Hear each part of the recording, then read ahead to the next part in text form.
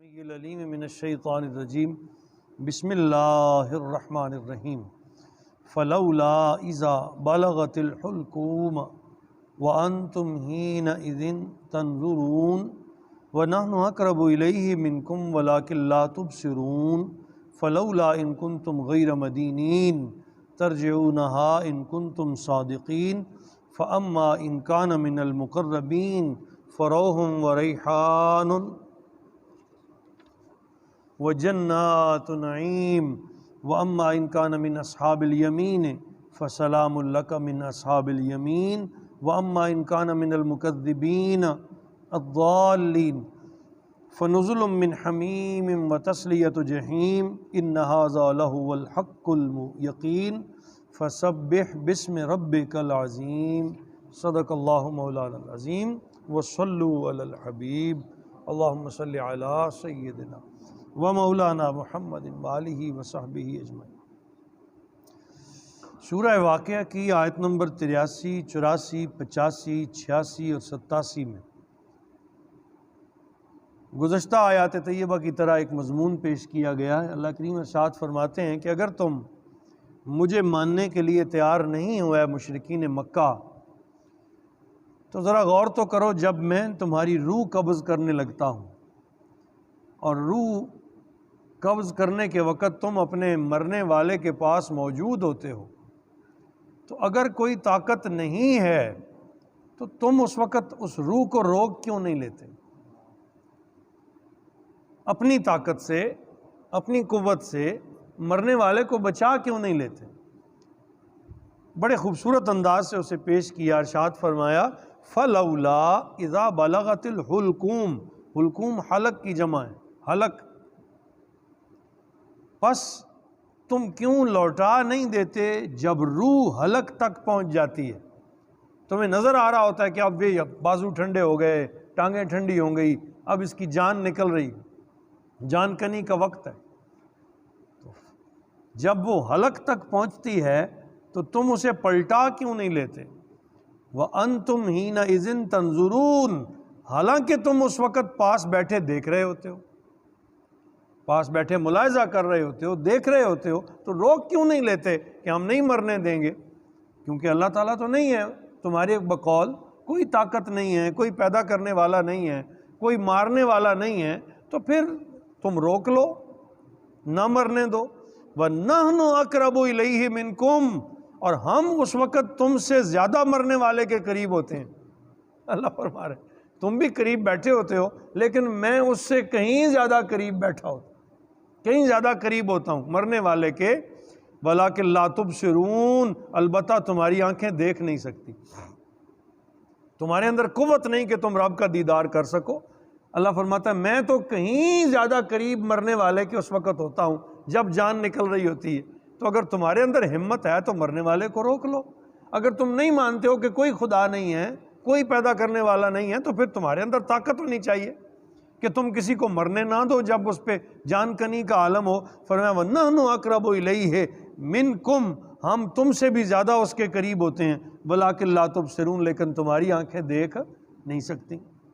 فَلَوْلَا إِن كُنْتُمْ غَيْرَ مَدِينِينَ، پس اگر تم کسی کے پابند حکم نہیں ہو،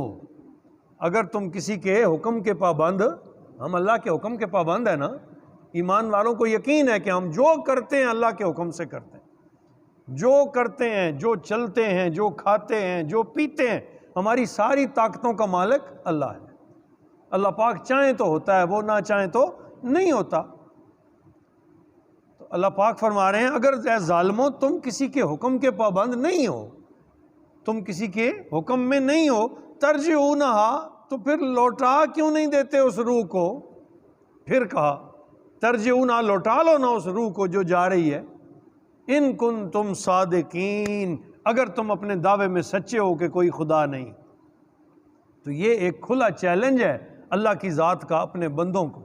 کہ تم کہتے ہو کہ کوئی خدا نہیں ہے، کوئی پیدا کرنے والا نہیں ہے، اور تمہارے بت ہی سچے ہیں، تو پھر ہمت کرو، پھر کسی کو مرنے نہ دو۔ جب مرنے کا وقت آتا ہے اور تمہیں سمجھ آ جاتی ہے کہ اس کی روح نکل رہی ہے، ترجعونہا، تو پھر کیوں نہیں لوٹا دیتے اسے؟ ان کنتم صادقین، اگر تم اپنے اس دعوے میں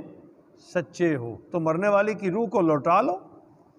فَأَمَّا إِن كَانَ مِنَ الْمُقَرَّبِينَ۔ اچھا اب یہاں تک یہ بیان کر کے نا یہ دعویٰ تھا، اللہ کریم فرماتا ہے بس میری مرضی ہوتی ہے تو میں لے جاتا ہوں، جب چاہتا ہوں کسی روح کو لوٹاتا ہوں، جب چاہتا ہوں کسی میں روح ڈال دیتا ہوں، یہ میرا اختیار ہے۔ تو پس وہ لوگ اما ان کان من المقربین، پس مرنے والا اگر اللہ کے مقرب بندوں میں سے، تین ہم نے پیچھے پڑھے تھے نا گروہ، اللہ فرماتے ہیں 3 گروہ ہوں گے، پہلا مقربین کا سابقون الاولون، دوسرا اصحاب میمنہ دائیں ہاتھ والے، اور تیسرا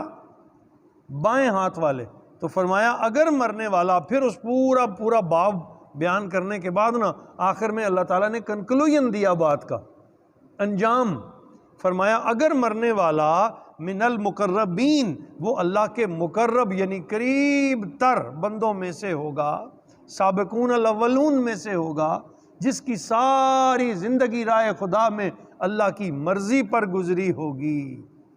جس نے اللہ اور اس کے رسول کی مانی ہوگی، جب وہ دنیا سے جائے گا فروح و ریحان، تو اس کے لیے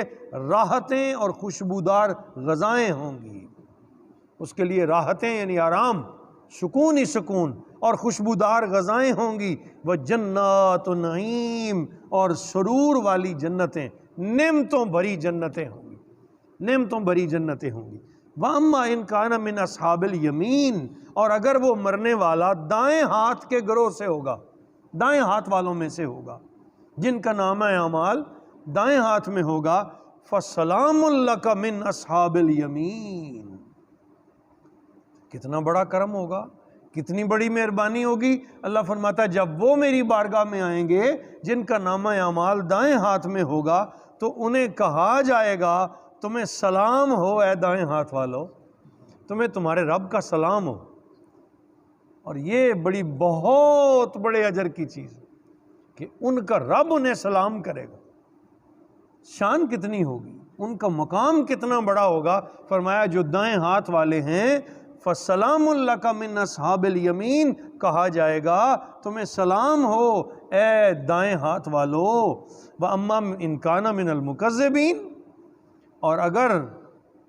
وہ جھٹلانے والوں کے گروہ میں سے یعنی بائیں ہاتھ والوں میں سے ہوگا، جھٹلانے والوں میں سے ہوگا، الضالین اور گمراہوں میں سے ہوگا، فَنُزُلٌ مِّنْ حَمِيمٍ وَتَصْلِيَةُ جَحِيمٍ، پیچھے بھی پڑھا تھا آج پھر دہرا دیا۔ فرمایا پھر ان کی مہمان نوازی، نزل کا معنی ہوتا ہے مہمان نوازی، میزبانی کرنا، فَنُزُلٌ تو ان کی مہمان نوازی کی جائے گی، من حمیم کھولتے ہوئے پانی سے،